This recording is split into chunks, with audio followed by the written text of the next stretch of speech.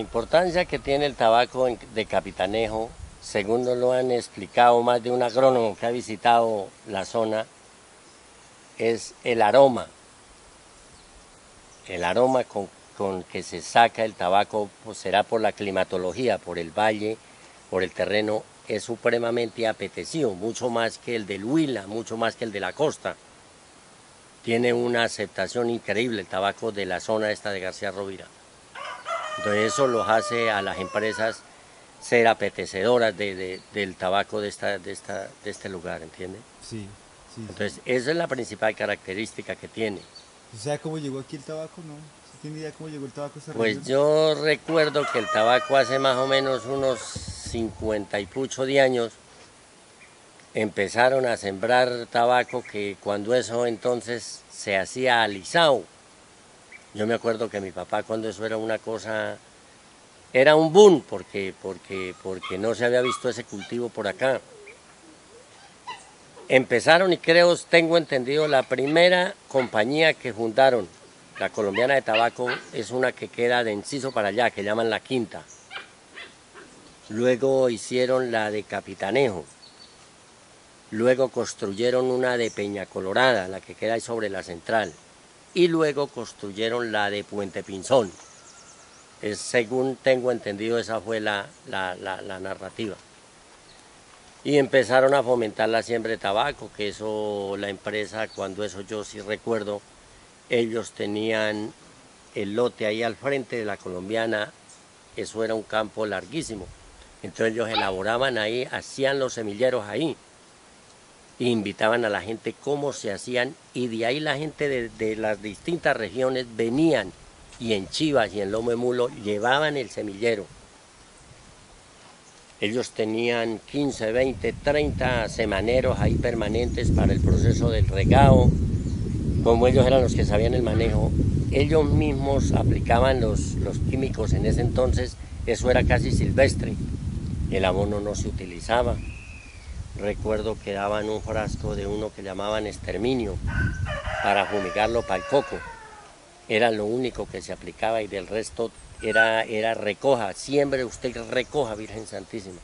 ¿Cuándo fue la época así como... Eso fue como en el 50, en los años 50, los años 60, fue que hubo esa bonanza. Entonces ellos empezaron a diseñar lo de los canelles. La empresa, la colombiana, a los grandes cultivadores, llámense en Capitanejo un Domingo Castro, un Pablo Acevedo, llámese un Domingo Gómez en San Miguel, mucha gente que tenía hartísima hectárea, ellos construyeron unas que llamaban canellas. Eran unas armazones en hierro y las iban prolongando como unos galpones. A medida que usted iba necesitando espacio, le iba colectando ahí, y todo eso lo financiaba la empresa y se lo regalaba. Y la gente sembraba tabaco, pero en pila, Jesús creo bendito. En ese entonces daban todo el transporte. Cuando empezó la gente ya que le enseñaron a hacer los colinos en el campo, allá le mandaban 1 o 2 funcionarios para que le hicieran las labores y le enseñaran a la gente, le empezaran a enseñar. El metraje de colino, que esto se lo pagaba la empresa. Eso tenía unas prebendas ni las increíbles. El agricultor le compraban el tabaco sin mucha clasificación, se lo compraban húmedo, porque como ellos entraron primero que todo con el tabaco y luego engancharon una cantidad de personal. Ellos tenían en la empresa, por decir algo, en la colombiana de Capitanejo, tenían 140 obreros en los turnos. Entonces todo ese tabaco que llegaba en una o en otra o en otras condiciones, ellos tenían el personal ahí para seleccionarlo, clasificarlo y luego enviarlo en ese entonces lo enviaban a Medellín, que allá era donde existía la desvenadora, la picadora y todo ese proceso. ¿Cuántos campesinos más o menos estaban involucrados en Eso eso? yo creo, por el poco que era una romería increíble. Para ser usted cultivador tenía que, mejor dicho, hacer cola para que le dieran contrato, porque era el boom, era lo que daba la plata y era fácil. Eso yo me digo que más o menos deberían ser unos 6.000 en toda la zona, ¿no?, de García Rovira. Entre unos 6.000 a 7.000 agricultores dependían directamente, más la gente que ahí ayudaba, la mamá, ayudaba el abuelo, ayudaba a los chinos, que a uno lo ponían ahí a ayudar a cargar tabaco. O sea, eso se ocupaba toda la familia, tenía ahí su ocupación. ¿Y ahora cuántos habrán? Bueno, y cuando eso se trabajaba la variedad del tabaco negro, lo que era original, que tenían unas patrones originales. Luego empezó y llegó un tabaco que ellos trajeron, lo trajo la colombiana, un tabaco que llamaban cubano, un tabaco ya aromatizado. Era una planta más o menos como de 2 metros, 2,40, y eran unas hojitas como orejas de ratón. Un tabaco, pero el aroma era increíble, ya fue una clase de tabaco rubio. Eso era hasta curioso porque, díganse, uno enseñaba en el tabaco negro las agujas de 1,20, 1,30, y las agujitas para el borle ese eran agujitas de 60, de 40, de 30 centímetros, cortiquiticas, y hacían las articas, díganse, la hojita la más grande era así de larga. Pero yo no sé por qué no funcionó. Luego ya empezaron a implementar los tabacos rubios. El tabaco rubio ya vino en cuestión de lo mismo en campo y canellao. Entonces ya las características eran diferentes, un tabaco más suave, sin menos grasa en la hoja, un tabaco que lo llevaban al caney. Posteriormente vino la bonanza del tabaco estufado. Entonces eso lo trajeron las mismas empresas, en ese caso Protabaco. Entonces Protabaco empezó y ahí en la agencia, en la zona empezaron 2 empresas. La primera, que fue Colombiana de Tabaco, que fue la que llegó por tradición, y la que hoy en día es Protabaco, cuando ese entonces se llamaba Estrella Roja. Fue el origen de esa, y ellos también, pues la comercialización era el tabaco negro y tabaco rubio, pero canellao. Ya vino el tabaco estufado, la empresa que primero le dio auge en esta zona, porque ya existía en otras zonas estufado, fue la Protabaco, que ya se fusionó y quedó como Protabaco. Entonces ellos construyeron una cantidad de hornos que están ahí en el pueblo, y tenían sus camiones. Entonces en esos camiones recogían de diferentes parcelas, recogían tabacos y los llevaban ahí a los hornos donde capacitaron previamente unas personas encargadas del manejo de eso. Y agilizaban, la versión del tabaco estufado era que agilizaban más o menos, si el tiempo de secado en un caney se demoraba 2 meses, en el estufado en 8 días sacaban el mismo proceso, con diferentes métodos, porque este era agilizado. Entonces, inicialmente empezaron el estufado pero trabajándolo con ACPM. Eso era una galleta cuando se tapaban esas cocinas, eso era un proceso, pero mejor dicho, berraquísimo, porque humo por todos lados y aceitoso, y bueno, muy engorroso. Y luego fueron implementando, incluso ahí está la muestra que le digo yo de la CPM. Luego ya vino otro científico dentro de la zona, dentro de la experiencia, y se pensó en hacer una hornilla dentro de la misma estufa, dentro del mismo horno, para suprimir el ACPM, y empezaron unos diseños. Entonces ya se empezaron a conseguir barrotes para hacer una hornilla, ya empezaron poco a poco. Eso no fue que fue funcionando, sino a medida que se iba evolucionando, se iba notando qué fallas quedaba en esta y se le trataba de corregir a este otro. Entonces empezaron a hacer lo que era la parte de la hornilla, que llama uno, por donde se metía carbón, en barrotes de hierro, en un ladrillo especial refractado para que no se estallara, y la mandaba uno en una tubería de acero que le daba la vuelta al horno. Entonces esos tubos se calentaban y eso era berraquera eso. Luego hubieron otras personas que veían eso engorroso y ya hicieron instalaciones con gas. Pero si por decir algo, la estufada de un hornado a carbón costaba, póngale en el año 82, 85, 1 millón de pesos, con gas salía como por 4 millones. O sea, no era tan rentable, era muchísimo más práctico porque no era sino abrir llaves y maneje temperaturas y todo eso para el proceso, mientras que con el carbón, si el hornero no tenía media idea, por decir algo, tenía que tenerlo a 100 grados en un proceso que llama maduración y le botaba mucho carbón, se le subía a 130, 140 grados, era muy difícil controlar temperaturas con carbón, mientras que con el gas sí, pero era antieconómico. Entonces fueron muy pocos los hornos que instalaron y que se hicieron con gas y la mayoría fueron quedando a carbón. Entonces ya algunos maestros se dieron cuenta de que la tubería, por el calor y la misma agua que botaba el tabaco, se empezaba a deteriorar y a veces cuando no se daba cuenta usted se caía un cuje o algo y ¡pum!, se prendía el horno. Entonces empezaron a diseñar y empezaron a alargar hasta que lograron hacer todo la cuestión de la hornilla en ladrillo. Entonces ya habían unos científicos que le ponían el ojo, que eso tenía que quedar con determinado declive para que no se gastara tanto carbón, para que no quedara ahogado. O sea, a medida que se iban construyendo, se iban perfeccionando.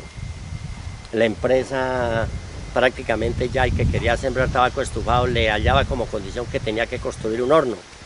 Entonces la gente, siendo un boom, ellos se animaban a hacer eso. La empresa les prestaba la plata a 1 o a 2 cosechas para que se la pagara el agricultor y luego quedaba el horno para el agricultor que lo había construido. ¿Y cómo es la actualidad ahorita del tabaco, el cultivo del tabaco aquí? Luego se fue disminuyendo, empezaron las políticas que el tabaco es nocivo para la salud, que empezaron las guerras contra el tabaco a nivel mundial, que era cancerígeno, que era esto y lo otro, y las empresas fueron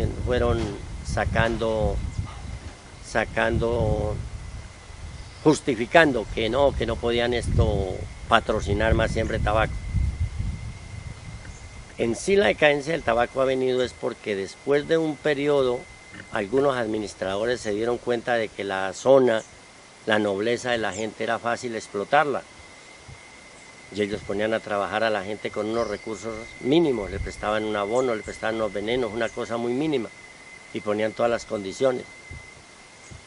Decían en ese entonces que mientras que producir un kilo a la empresa aquí le costaba, póngale, en el año 90, en el año 85, $2 por decir algún kilo de tabaco, producirlo aquí en esta zona, y en el exterior ellos lo vendían en 8, en $10, un kilo.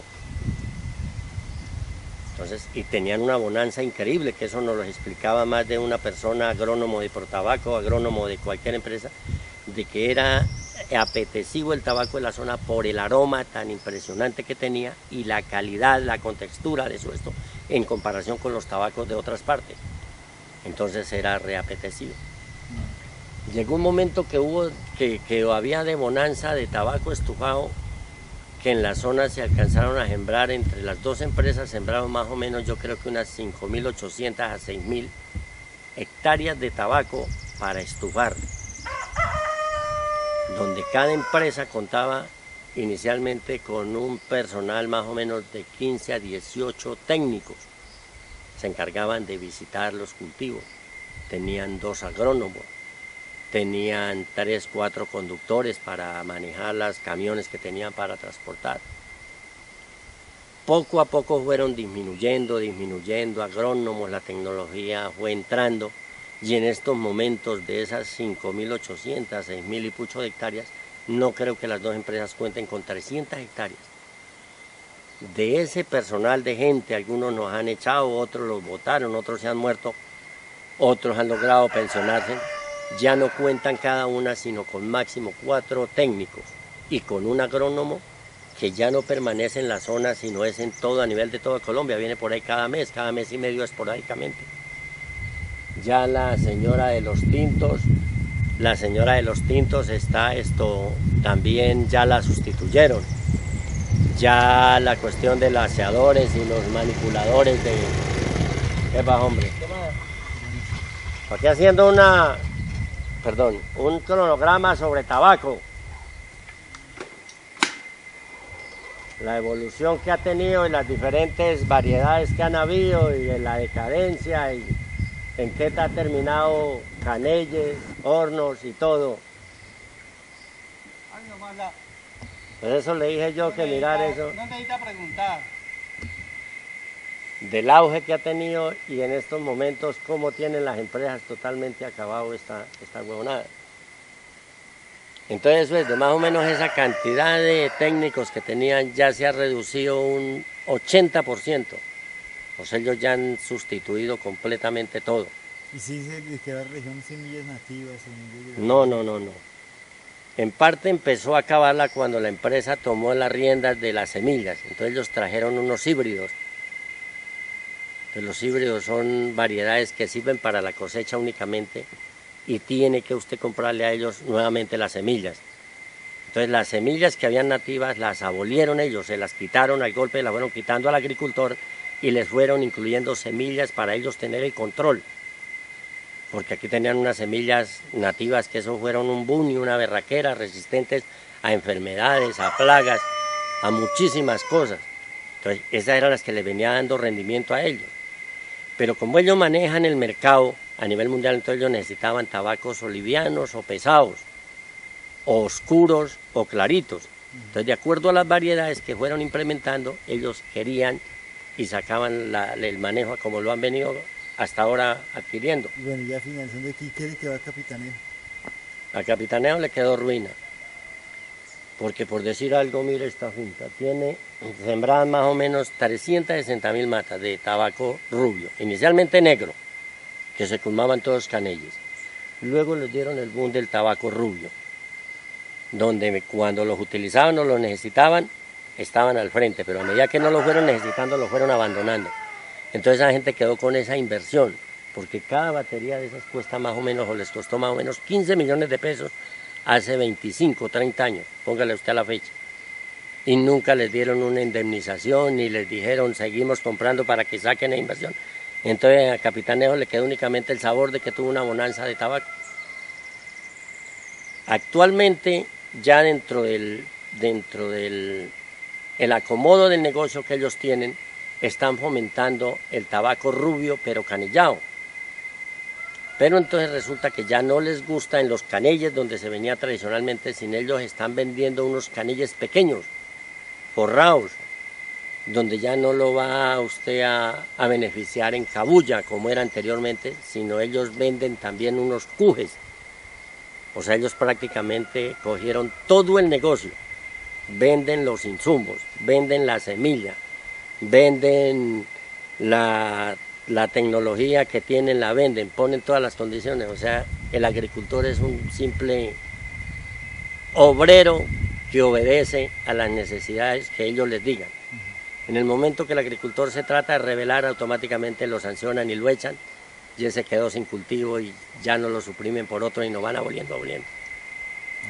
Entonces la responsabilidad de la empresa nunca se vio, porque ellos cada día le ponen más trancas al agricultor con la idea de levantar y no tener absolutamente ningún compromiso, de decir es que tenemos un compromiso porque hay un resto de familia que nos ha dedicado toda la vida a nada. Ellos le ponen y le ponen y le ponen condiciones hasta que lo aburren a usted y lo hacen sacar, a orillarse. Si no le ponen para el cultivo, le ponen a la hora de la venta, que no me lo lleve así, que tráigamelo aquí así, que tal día, que páguelo así. En dos palabras, esto se está acabando. Bueno. O se acabó, mejor dicho. Se acabó. Bueno, gracias, don Telmo. Ahí yo lo edito.